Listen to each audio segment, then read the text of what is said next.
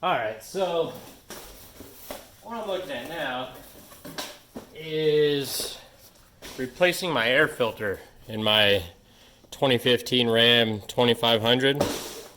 Okay, so I was going to pick up a K&N like I always do. I normally pick up K&N air filters and run them for the life of the vehicle. But when I was looking around, I saw that there's this Spectre Performance. Okay, the Spectre Performance, and it looked a whole lot like a K&N air filter, and it was about half the price, and it had the same warranty. Let's see. So what we're looking at is the same, type of mesh screen. Looks like it's got a, cotton filter in here. Doesn't seem as rigid as what most K&N air filters are. They seem to be a little bit different rubber around the end, built a little more solid. But I feel like this is going to do the trick, especially compared to an old paper air filter, that you have to change every 15,000 miles or so. I think this one's going to do all right. The recharge kit for this one to go out and wash it and clean it and re-oil it and all that different stuff runs about $11 on Amazon.